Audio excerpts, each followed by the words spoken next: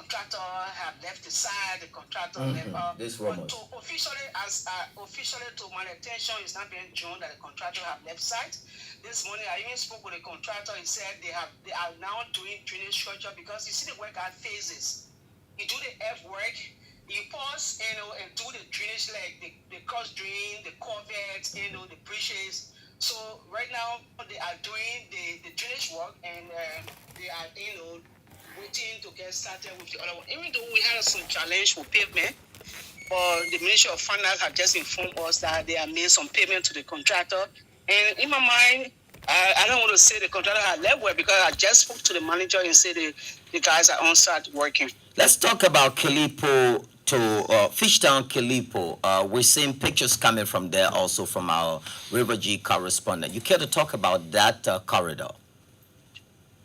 Yeah, that project is one of the projects that I want to say use the word 5G because the last time I was seen there, they had a situation between the consultant and the contractor, and there was some misunderstanding. But when you remember, you saw us on our motorbike, that was that place we were going. So after we went there and we spoke strongly with the consultant and the contractor, I see the work is really, really accelerating as we expected.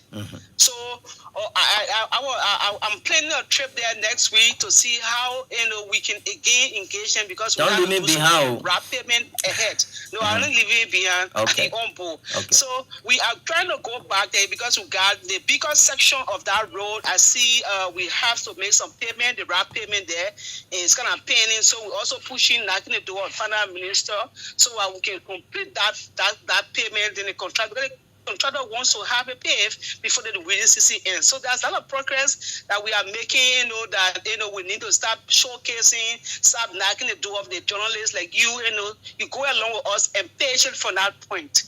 Talking about the rainy season, what will people who struggle in these corridors, like from here to Lofa, from here, Gantas, Zwedru, Sino, all of these different routes, what would they see come the next rainy season? Thank you so much. And I was at the Senate hearing yesterday. That was one of the major questions that was asked. Okay. We are concerned as a Liberian, and what we have started doing is that we have started working along with the Liberian own contractor, the smaller ones that will actually be deployed during cover lines. Because what we notice is that the sections, the critical section gets saturated, and then because the water is now floating across, so we, especially on the ground passage to RTI corridor, we saw that there are a lot of channels we need to create. Yeah. Where we had I think we noticed we actually have the 20 lines of cover to be placed on our road alone. So that's the road to Signer, right? Yeah. Riverside Signer, yeah. Am I there? Yeah, go ahead.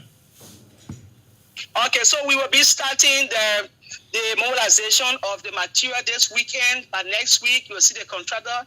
The smaller contractor will be mobilized because we're working closely with the ALCC, all Liberian construction contractors will be working along with them to see how the smaller ones that don't want to go for the bigger contract or that can't go for the bigger contract will be able to be capacitated. So the Ministry of Public Works will deploy its own equipment at that site, and we'll also try to deploy another equipment on the side from Total to Shredu because right now the procurement process for the Total is nearing completion. So by then we'll have a contractor that will be placed in that road. So our concentration right now, before we can complete with the buying, because the president spoke highly about the extension to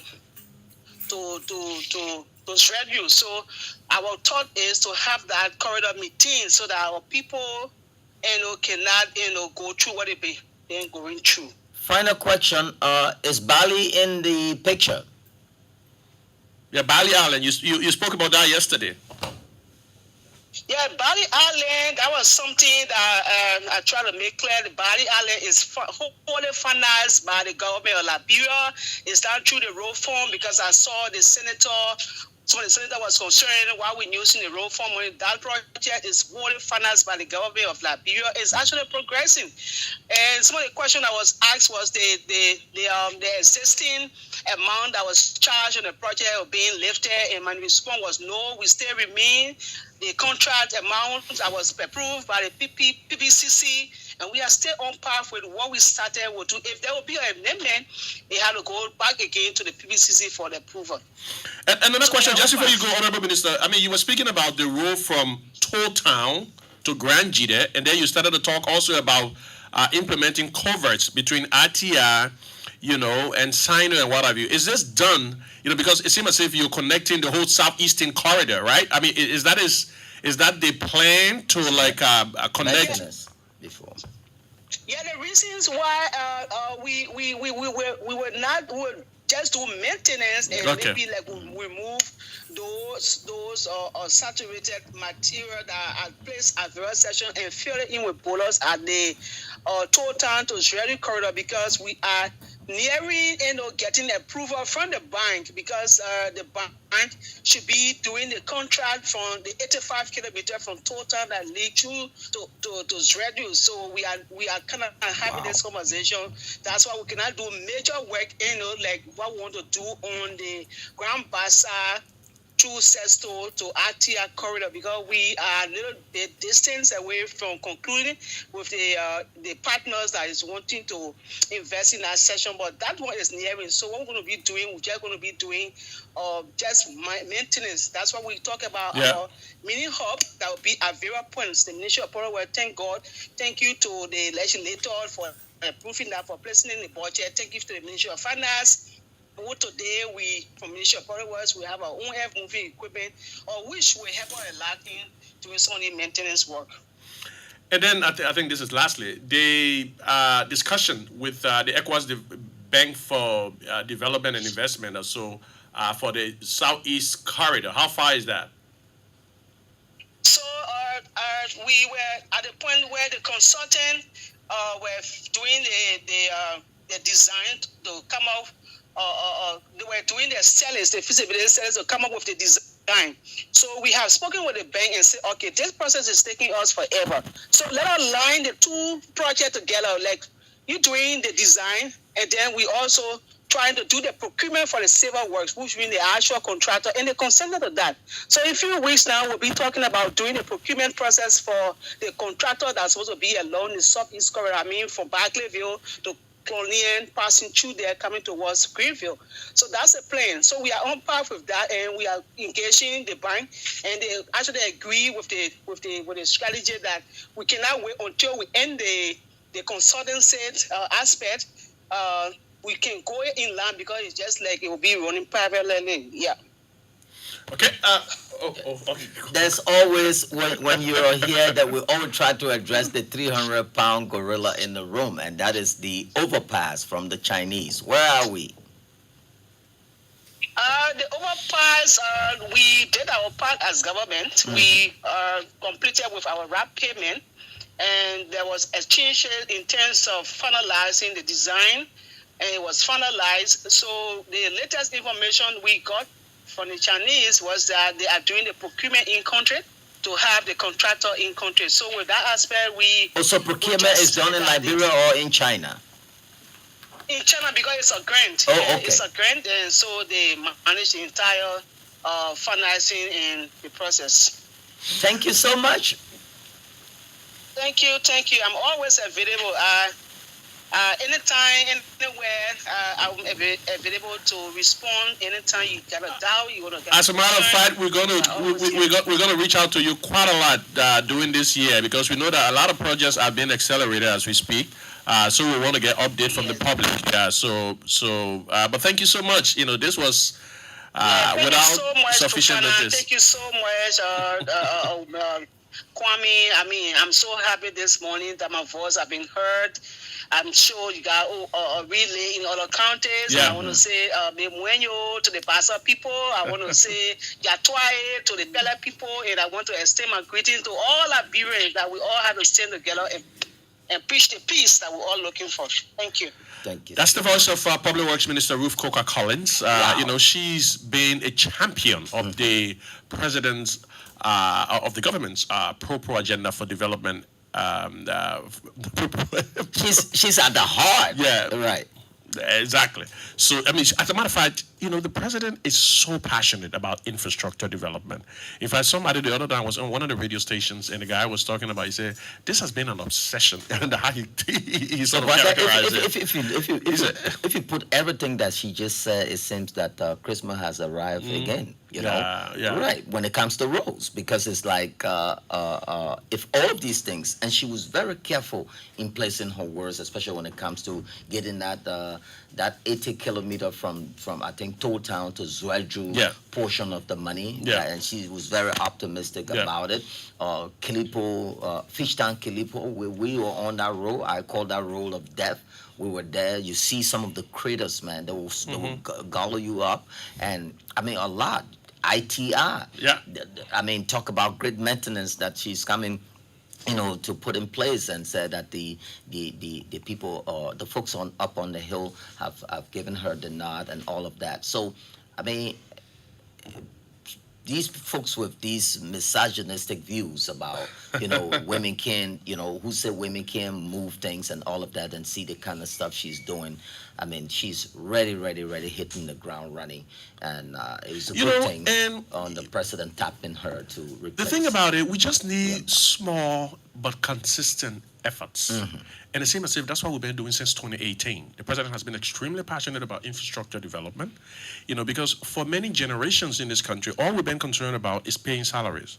The budget has consistently, has been particularly focused on the payment of salary, to the extent that a significant chunk of the budget was on recurrent expenditure, salaries, goods and services and all of that.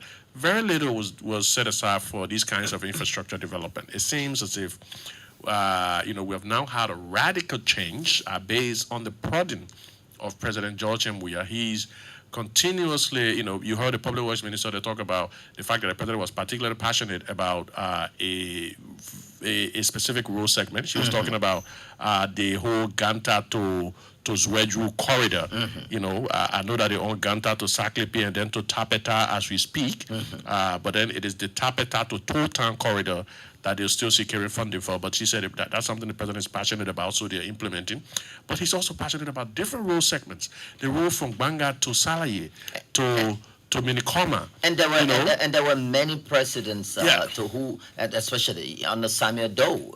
We were kids then. We knew that the Ganta Hapa Highway project was, ground was broken by the late President Doe, and all of these different presidents. Everywhere you go, Ganta Hapa Highway, it was like a song. And here comes this boy from the slum who everyone wrote off, and they continue to still, say all those things about him. And it's unfortunate that, it's gradually becoming history. He's doing these things, and then suddenly now the Unity Party people, initially they said he's not going to do them.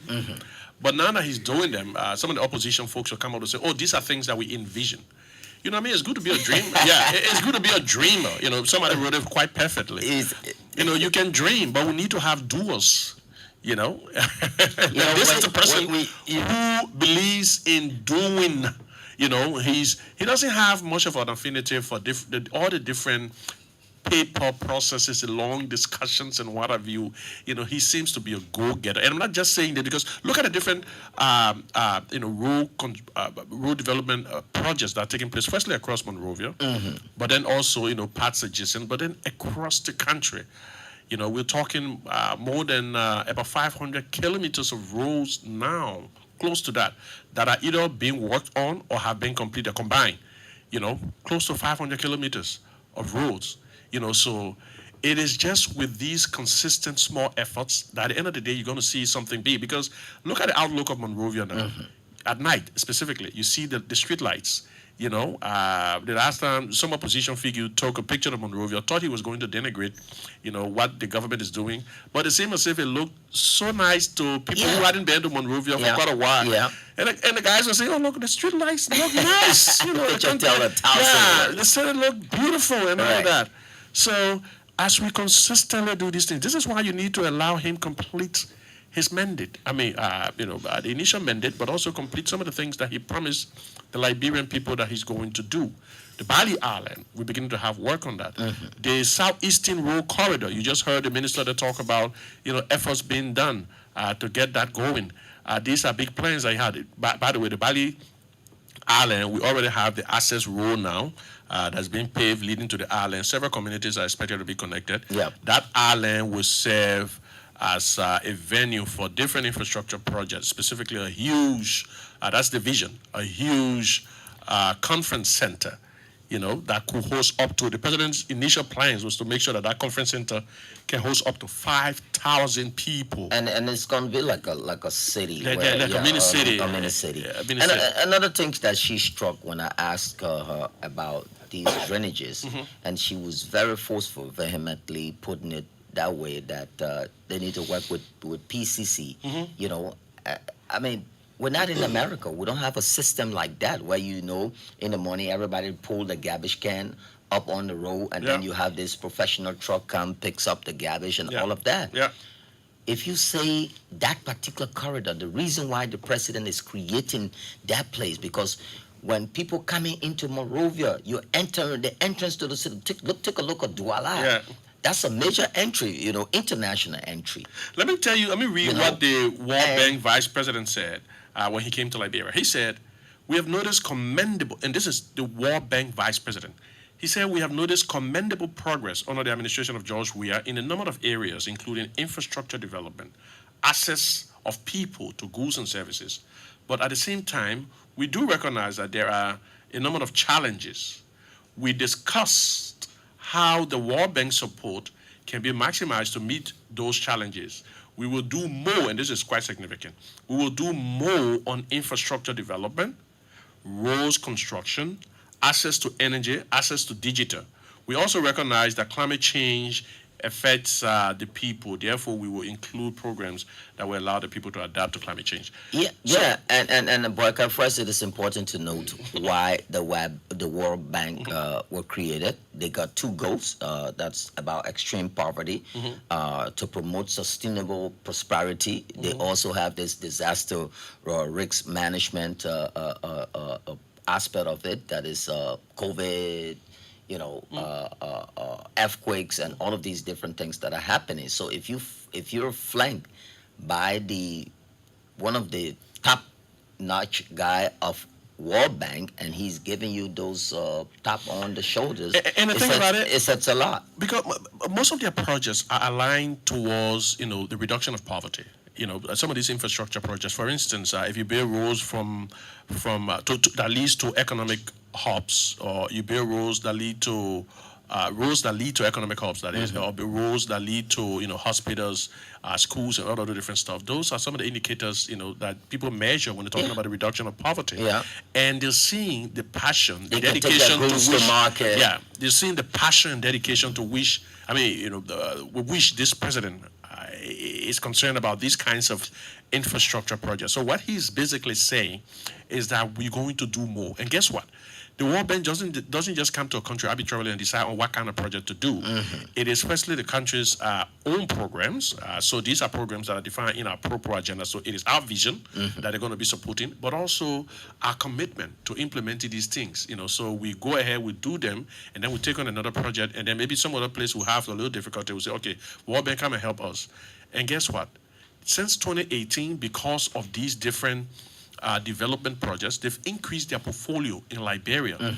This is an expression of confidence in the leadership of His Excellency the President, which is quite, it runs against all the different narratives you've heard out there that, the international community will not favor the President and what have you. No, they said they said they will never come out. They will never come. So they've increased their portfolio by close to, we're talking upwards of $1 billion. These are commitments. These are intentions and infrastructure projects they are either doing or intend to do over the last 5 years. So they're working with President Weah because they feel that he's dedicated to these different projects, and that's why you heard the World Bank Vice President. It was not out of the blues. He was not making those comments. He has no obligations to the Liberian government to make any favorable comments, about things they're doing. He was saying that genuinely. That's the view of the World Bank, that they see that the Liberian government, Liberian administration under President Weah is doing well with infrastructure, and they're committed to complementing the government's effort. Yeah, and you couldn't have put it any better, Barkai. One thing that we have, or this president has on his side, is who are his audience? Yeah.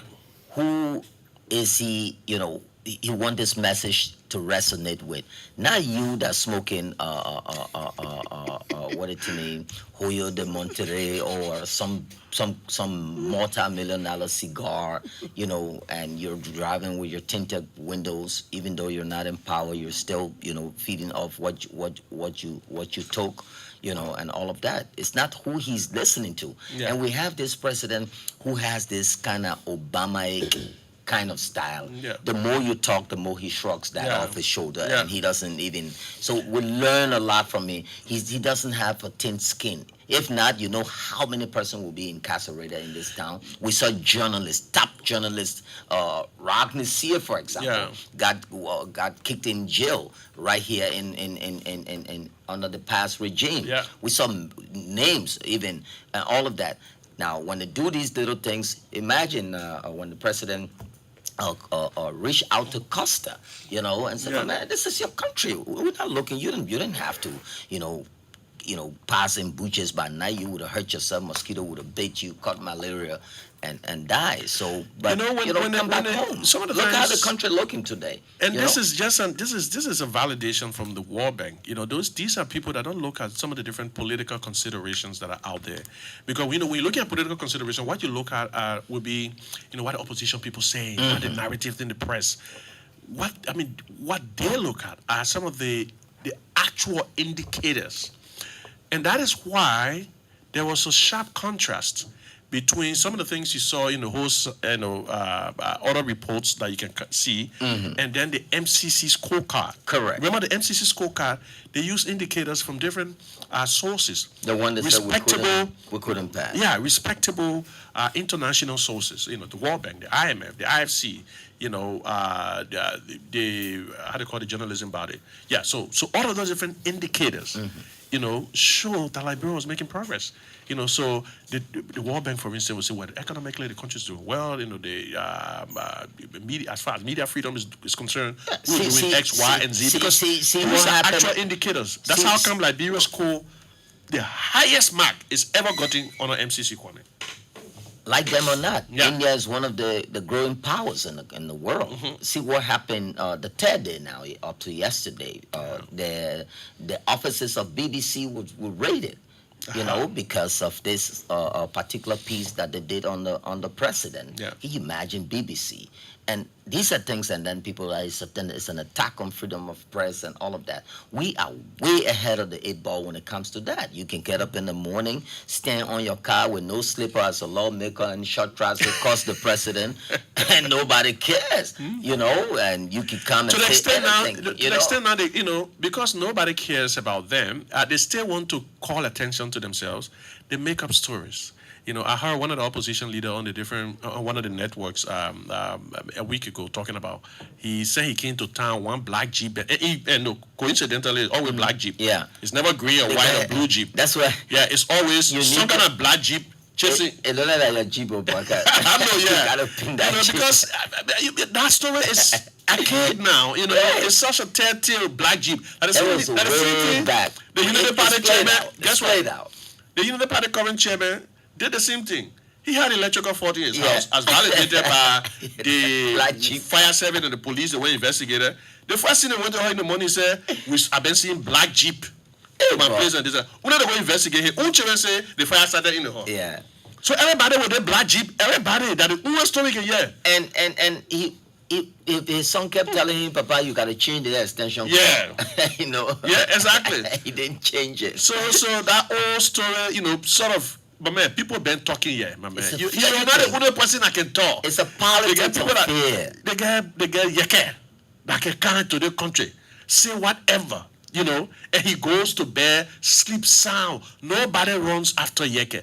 But you ain't been out of the country for long. You can't 2 weeks, less than 2 weeks. Talking about black G to. I mean, you're not one of the considerations. They think we're in that PRC time, Yeah. back in the day, black Jeep, and then it became, something now that people now are trying to spray their cars, Yeah. and all of that. But Black Jeep. yeah, this is a peaceful country. But we don't know how to, and what the president has done, right?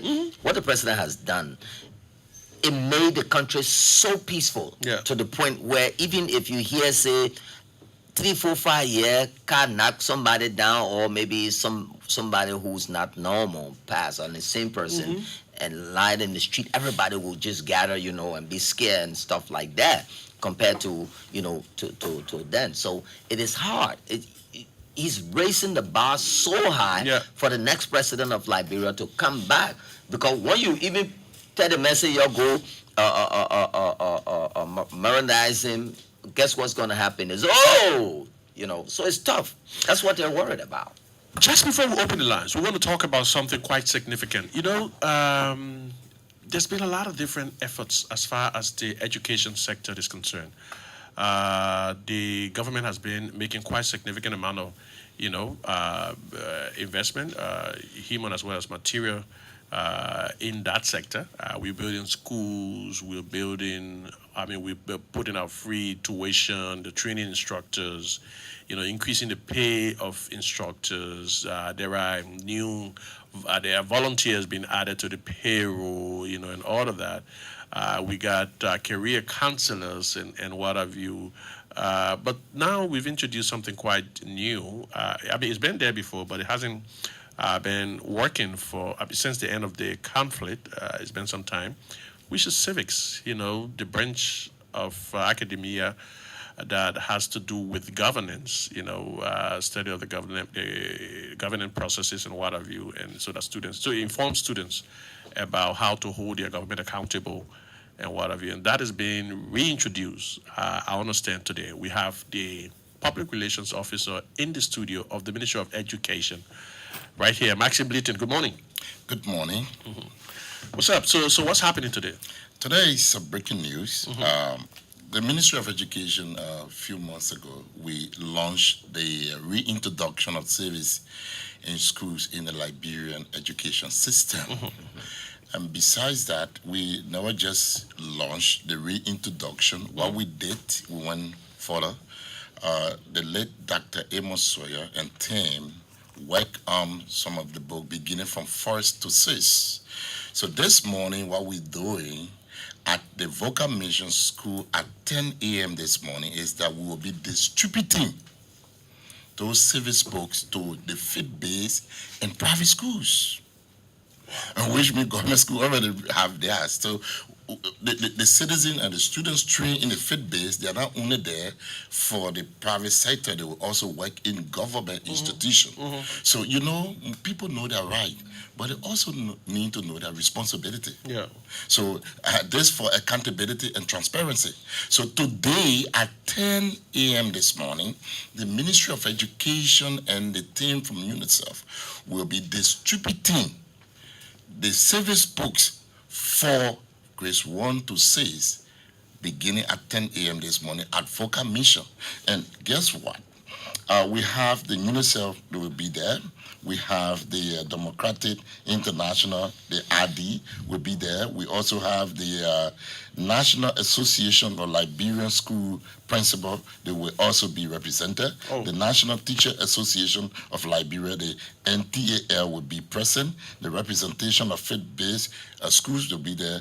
The Muslim Congress School System will also be present, along with some concerned education stakeholders. There will be a vocal mission today at 10 a.m. this morning, so that we begin distributing the books, the service books. We don't want people to say, oh, we never received the service book, it is hard to get. So we done screaming well to produce, not only producing, to begin to distribute the service books to all of our faith-based and private schools in Moserado. The 26th education district in Moserado will receive their books today. Okay, go ahead, Kwame. Ordinary person listening, and back in the day, I grew up on civics, and after it was extracted from the how do you three puncher government, right, and all of that. So, a little child listening to you now, what are they gaining with this book coming back? Now the little child will know it is the little child right for mommy and daddy to send you to school. But after school, you little child,